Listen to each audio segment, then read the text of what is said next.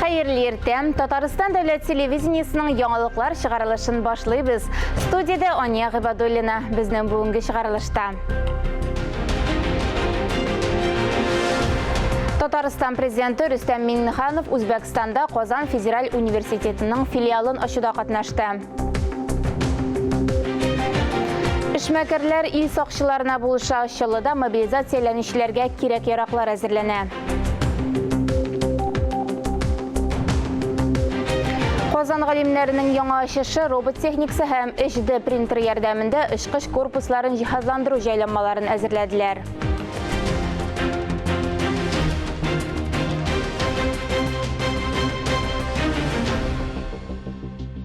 Tataristan Respublikası Prezidenti Rüstem Minnihanov iş seferi bilen Uzbekistan Respublikasında ul Jizak hem Taşkent şehirlerinde buldu, uçraşular ötkərdi. To'liq haberçileri biz yazmasında.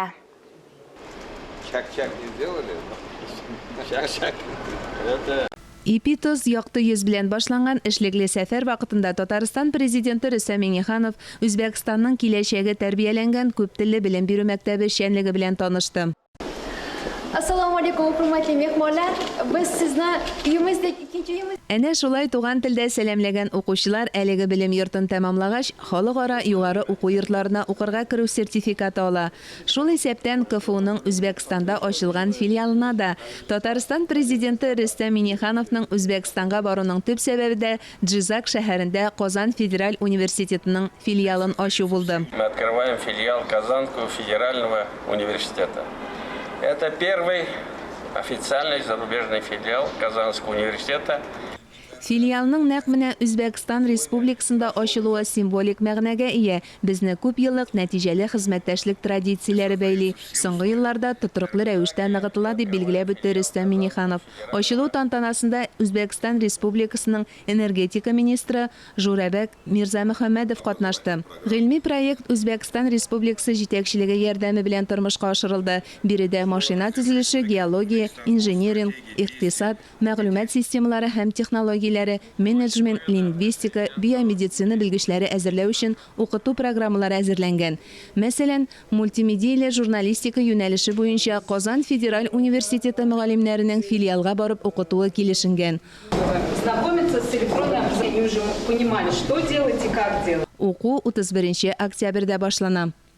Эшлекле сәфәрнең түгәрәк өстәл янында җыелып сөйләшү өлеше Ташкент өлкәсе хакиме Заир Мирзаев катнашында үтте. Сезнең идарә итү тәҗрибәгез безнең өчен бик мөһим. Безнең ил президенты беренче чираттагы бурычларның берсе итеп Россия төбәкләре белән мөнәсәбәтләрне үстерүне куйды. Татарстан безнең өчен якын, диде Ташкент өлкәсе хакиме Рөстәм Миннихановны сәламләп. Очрашу барышында Шершек химия индустриаль технопаркының үсеш мөмкинлекләре билгеләнде. Мәгълүм булганча, ул Татарстан һәм Үзбәкстан партнерларының уртак проекты. Мөршидә Җихан Татарстан президенты матбугаты хезмәте белән берлектә махсус Татарстан яңалыклары өчен. Qozanda mobilizatsiяләнгән гаиләләргә ярдәм итү чаралары гамәлгә керде. Нинди ярдәм икәнен хәбәрчеләребез ачыклады. Светлана Таргашованың 2 кызы бар. Өлкәне 3нче сыйныфта укый, ә кечесенә нибары 8 ай. Сентябрь азагында аларның әтиләре мобилизацияләнгән. 3-я неделя пошла у нас. Әтибез киткәнгә 3нче атна узып бара. Безнең янәшәдә мәктәпләр юк, йөрергә кирәк. Ярдәм булыр дип бүген карточкага килдем. Ташламалы транспорт карталары бигрәк тә Батыр дип аталганнары Казанда яшәүче гаиләләргә бирелә. Выдаются детям от 8 до 18 лет. Транспорт карталары 8-дән 18 яшькә кадәрге балаларга бирелә. Батыр карталары өчен балаларның яше шикләнмәгән. Казанда яшәп мобилизацияләнүчеләрнең балалары өчен мәктәпләрдә 2 тапкыр ашауда бушлай. Ата-аналар уку учреждениесе администрациясенә гариза бирергә тиеш. Ә картаны алу өчен бер кайда да барырга кирәкми. Мэрия хезмәткәрләре үзләре килә. Обошли места проживания всех семей, общались с родителями, женами, детьми мобилизованных. Барлык гаиләләр исәпкә алынган. Яшәү урыннарына барып аралаштык. Аларның теләк гызырлары язып алынды. Хәзер шуларны хәл итү белән шөгыльләнәбез. Карталарның күпчелеге ял көннәрендә үк бирелгән. Барысы да гаиләләрнең социаль паспорты буенча айрым алып барыла. Ташламаларны хәтта сайларга мөмкин. Әйтик, Батыр картасы белән бассейн, манеж, тренажер залларына, шулай ук дәүләт музейларына, театрга, зоопаркка һәм концертларга бушлай йөрү хокукы бар. Мөршидә Җихан, Альберт Сафиуллин, Татарстан яңалыклары. Эшеллыда эшмәкәрләрнең инициатив төркеме мобилизацияләнүчеләргә ярдәм итәргә карар кылды. Эшмәкәрләр кирәкле әйберләр тутырылган капчыклар әзерли. Исемлектә ит консервлары, җылы әйберләр, дарулар бар. Акциядә балалар да катнаша. Мой сын написал письмо, процитируя слова из этого письма. «Дорогой солдат, мы тебя ждем живым и здоровым, береги себя, ты нам очень нужен». Это письмо я вкладываю, Миша. Гөлнара Шабаевның әйтүенчә, әлеге хатны язу бу улының инициативасы. Малай 4-нче сыйныфта укый. Ул да мобилизацияләнүчеләргә ярдәм итәргә булган. Жылы сүзләр, жылы киемнәр кебек җылыта бит. Шаулы эшмәкәрләре дә булыша. Эшмәкәр Флорид Сафин жылы өс киемнәренең чираттагы партиясын алып кайткан. Мобилизацияләнгән солдатларга ярдәм күрсәтү өчен җылы киемнәр сатып алабыз. Эзибез, кайда барлыгын ачыклыйбыз, шунда барып алабыз. Шаулы эшмәкәрләре җылы киемнәр, шәхси гигиена әйберләре, дарулар, ашамлыклар, башка әйберләр җыялар. Шулай ук акчалата да ярдәм итәләр. Минем таныш табибларым, дусларым, төркемдәшләремне дә чакырдылар. Аларга да прописка килдем. Күпчелек табиблар өчен бу зур сынау. Мобилизацияләнгәч ярдәм итәргә дә кирәк бит. Мин дә булдыра алганча булышам. Әйберләр тутырылган капчыклар Шаулының бер предприятиесе складында саклана. Махсус штаб булдырылган, аның координатор итеп шәһәр советы депутаты Руслан Нигъматуллин билгеләнгән. Хәзер без 1200 капчык комплектлыйбыз. Шаллыдан 1200 кеше китәчәген хәбәр иттеләр. Шуңа күрә шул кадәр әзерлибез.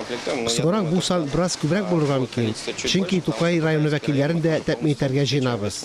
Шаллыда мобилизацияләнүчеләргә юлга 300-дән артык комплект бирелгән иде. Ил сакчыларын киләсе атнада сатырга планлаштырыла.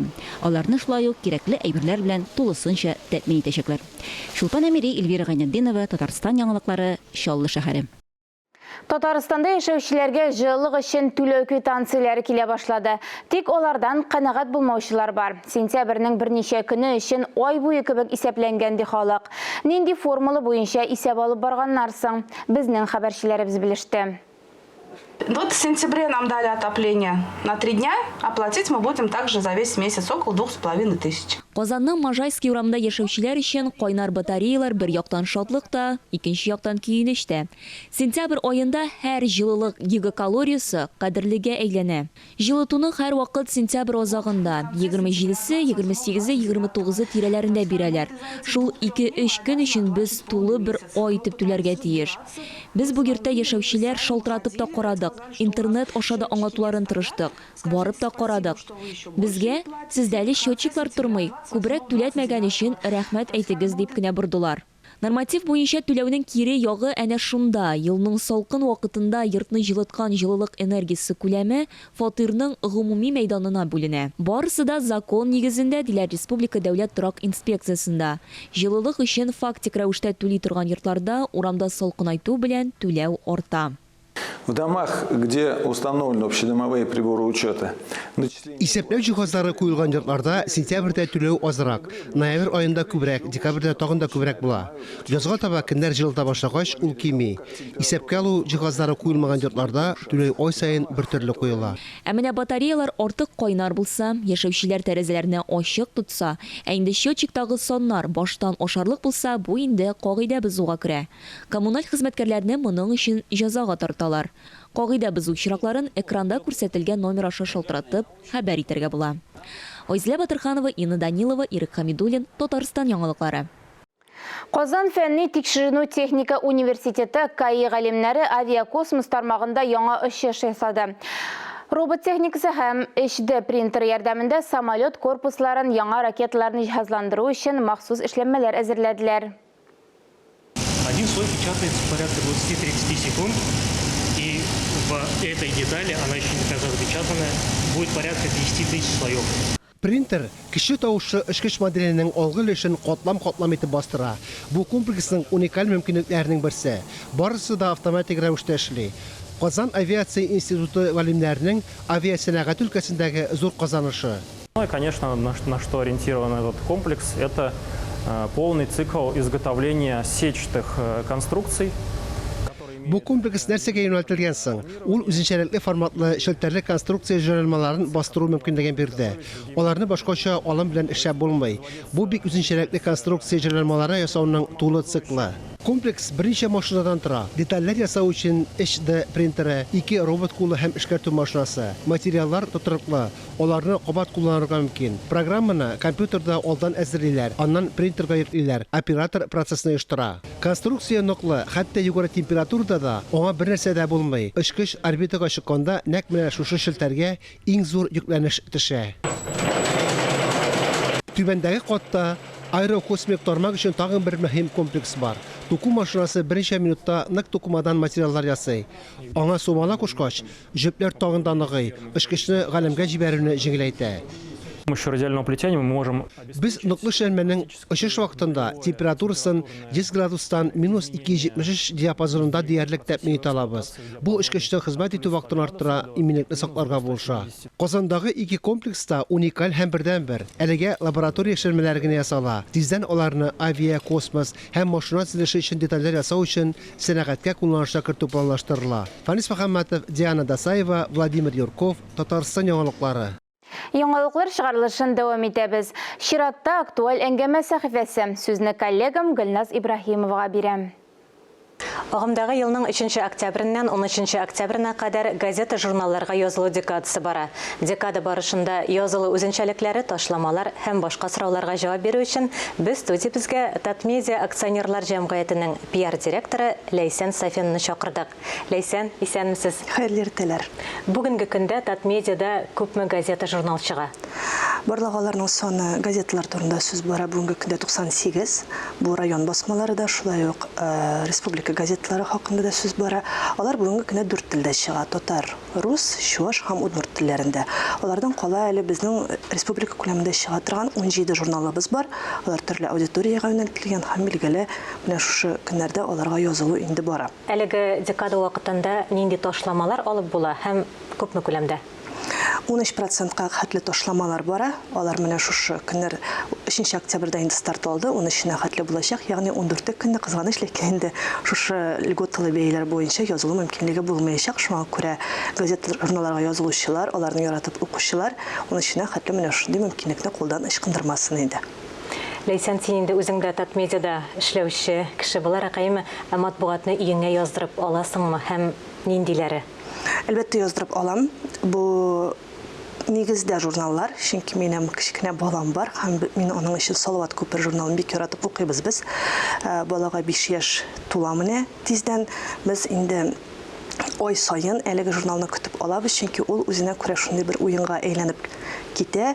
Журнал билгеле бер көндә алына һәм яңадан ие кайтканда көн сайын инде подъездга керүгә ул инде яңадан тикшереп карыйк әле почта тартмасын, бәлки Зилә апа яңадан миңа журнал җибәргәндер ди. Чөнки чыннан да журнал бүгенге көндә теге мәгълүмат алучы гына түгел, балалар өчен ул мәсәлән бик яхшы интерактив уен. Анда аның махсус ябыштыргычлары да бар, аның видеолары да йөкләнгән. Шушы журналга QR-кодлар аша һәм без аларны карап татарча хәрефләр өйрәнәбез, соннар өйрәнәбез, җырлар җырлыйбыз. Безнең әле бүгенге көндә Аллага шөкер Татарстанда укучыларыбыз бик күп. Аларның саны теге бик күп кими дип әйтә алмыйбыз. Газета журналларга гомум тиражлар кимеп барса да, ләкин Татарстан әле укый торган регионнар рәтендә. Ләйсән, һәр газета журналының битендә үз аудиториясе бар. Һәм менә әлеге аудитория белән сез аралашасызмы һәм нинди форматта? Әйе, аралашабыз һәм бүгенге көндә алдагы елларда булган вазгыятьне истә тотып, билгеле кешеләрнең бик күп күрешәсе, аралашасы килә. Чөнки бик озак кына вакыт дәвамында без өйгә бикләнеп утырдык. Шуңа күрә инде менә былтырдан алып без даими рәвештә үзебезнең укучылар белән һәрбер редакция аерым бер очрашулар үткәреп тора. Журналларның мәсәлән презентациялары була ай сайын. Ягъни без үзебезнең укучыбыз белән күрешеп, алардан менә шундый русча әйткәндә обратная связь, фидбэк алып, алар нәрсә укырга тели, алар журнал битләрендә нәрсә күрергә теләгән, нинди мәгълүмат кирәк аларга дигән менә шундый сорауларга да хәтта җавап табабыз. Аннан кала билгеле фокус группалар, төрле социаль сораштырулар форматында бик киң кулланыла. Бездә һәм әйткәнемчә менә балалар журналлары нәниләр белән, хатын-кызлар журналы хатын-кызлар белән, яшьләр журналы яшьләр белән күрешеп, аралашып торырга тиеш һәм бүгенге көндә менә андый шундый кызыклы форматлар бар. Бүгенге көндә без мәгълүматны әлбәттә инде үзебезнең интернеттан, смартфоннардан беренче очракта кирип укыйбыз, Ләйсән. Менә интернеттан да укып була бит мәгълүматны, нигә газета журналларга язылып торырга диючеләргә синең фикерең ни эшләсе килә?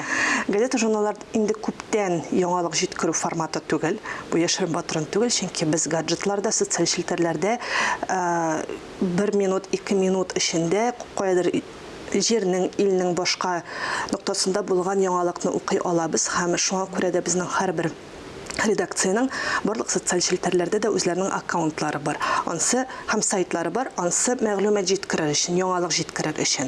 А газета, журнал, басма вариант ул бүгенге көндә чыннан да яңалык җиткерми, ул уникаль сайтта чыкмаган, социаль челтәрләрдә күренмәгән мәгълүматны җиткерү өчен. Мисал өчен бүгенге көндә бик популяр булган storytelling форматы, нәкъ менә газеталарда һәм менә шундый басма вариантта ул бик рәхәтләнеп укыла, ул озынрак текст булуга карамастан, ул чыннан да бик популяр. Ләйсән, менә газета, журналларга почта аша язылганда килмәү очраклары да бар икән. Менә бу вакытта сезгә мөрәҗәгать итәргәме? Андый очраклар кызганыч, ләкин бик күп һәм ул яшайганнан яшая бара. Бу беренче чиратта почта хезмәткәрләренең бик түбән хезмәт хакы алуында һәм хәтта яшерен батырын түгел, безнең Татарстанда да бик күп авылларда гомумән почтальоннар юк. Һәм шуңа күрә без бүгенге көндә әлеге проблемалар хакында беләбез һәм хәтта районнарда беренчедән үзебезнең район редакцияләре алар инде тулаем бер кибет форматында эшли, аннан барып алырга мөмкин, чөнки язуның бит әле альтернативный подписка дигән варианты да бар, ягъни син мәсәлән яздырып аласың һәм редакциягә барып алу мөмкинлеге. Беренчедән оларак бүген вәкилләре өчен бу бик кулай, аларның бераз гына аралашу мөмкинлеге дә туа. Икенчедән аның бәя ягыннан да ул түбәнрәк. Шуңа күрә менә шундый альтернатив язылу мөмкинлеге дә бар һәм әгәр дә инде чынлап та почта хезмәте аша сезнең газета, журналларыгыз, сез яздырган басмалар игезгә килеп җитми икән, иң беренче чиратта шушы редакцияларга шалтыратып әйтегез, хәбәр итегез. Әгәр дә кеше үзе теләгән басманы яздырган икән, аның өчен акча түләгән икән, демәк ул вакытында әлеге басманы кулына алып укырга тиеш. Һәм менә әйтәсем килә, почта аша гына язылу мөмкин түгел бит әле бүгенге көндә. Почта аша һәм онлайн вариантта да язылу мөмкинлеге бар. Шуңа күрә Татмедиа сайтына кирип, тизрәк теге почтада чират торганчы, дип әйтәм. Аны бер почта китерәчәк.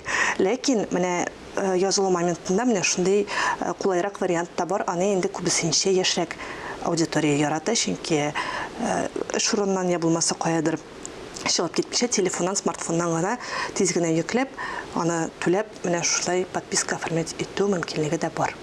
Ләйсән, эшегездә зур уңышлар телибез. Бик зур рәхмәт сезгә. Хөрмәтле телевизор караучылар, бүген бездә кунакта Татмедиа акционерлар җәмгыятенең PR директоры Ләйсән Сафина булды. Исегезгә төшерәм, газета, журналларга язылу 13 октябрьгә кадәр дәвам итә. Соңга калмагыз. Татарстан парламентында республика бюджеты турындагы закон проекты буенча киләсе ел һәм 2024-2025 еллардагы план чоры турында актив фикер алышалар. Хәзер парламентның шушы һәм башка яңалыклары турында тулырак.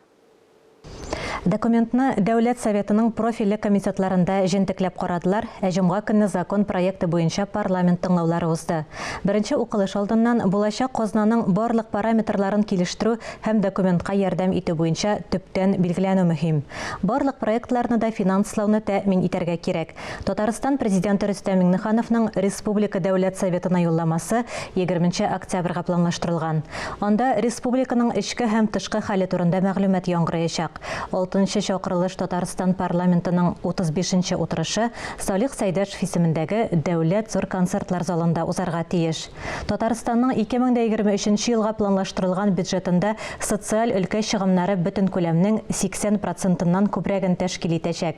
Бу хакта 2023-2025 елларга бюджет проекты буенча парламент тыңлауларында Татарстан Республикасы финанс министры Радик Гайзатуллин чыгышыннан соң билгеле булды. Татарстан Республикасы президенты куйган бурычларны хәл итү уңаеннан бюджет чыгымнарын сыйфатлаучы айрым үсеш юнәлешләрен билгеләп узам.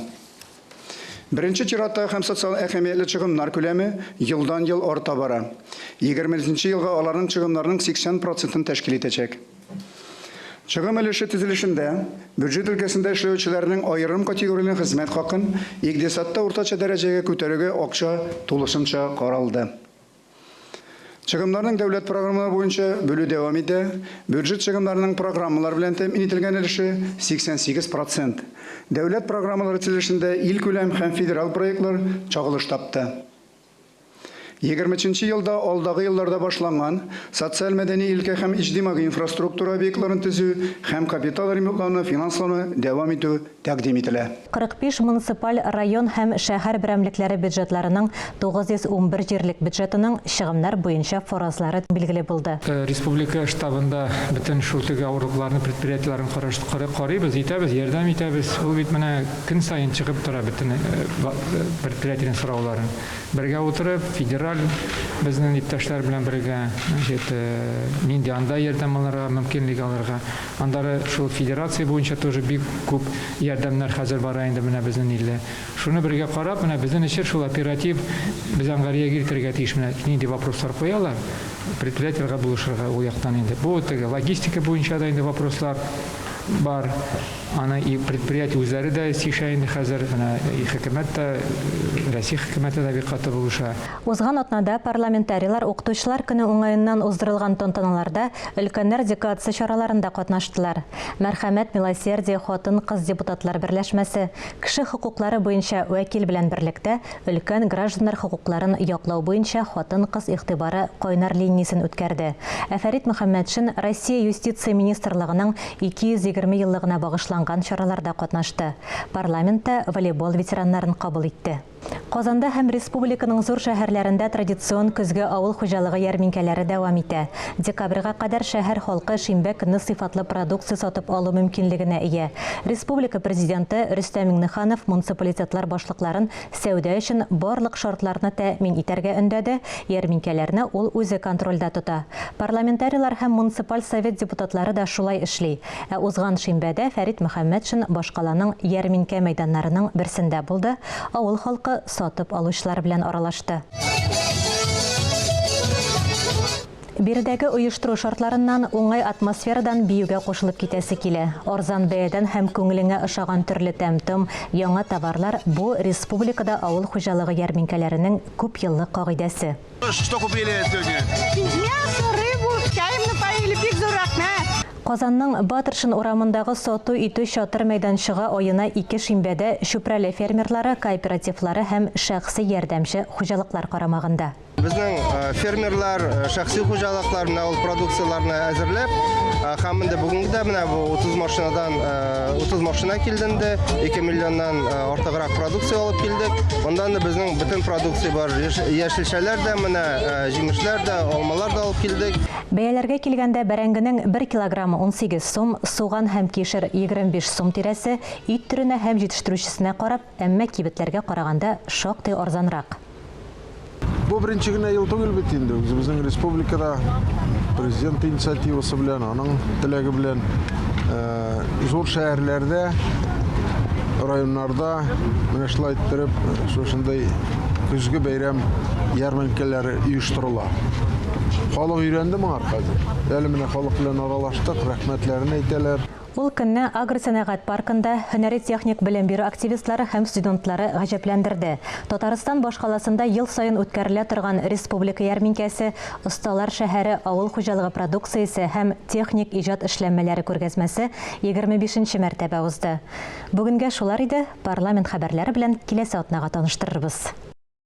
Әлеге сәгатькә шулар иде. Берничә минуттан эфирыбызны хәерле көн Татарстан тапшыру дәвам иттерә. Без яңалыклар иҗат төркеме бүгенгә сау булашабыз. Үзегезне һәм якыннарыгызны саклагыз. Сау, сәламәт булыгыз.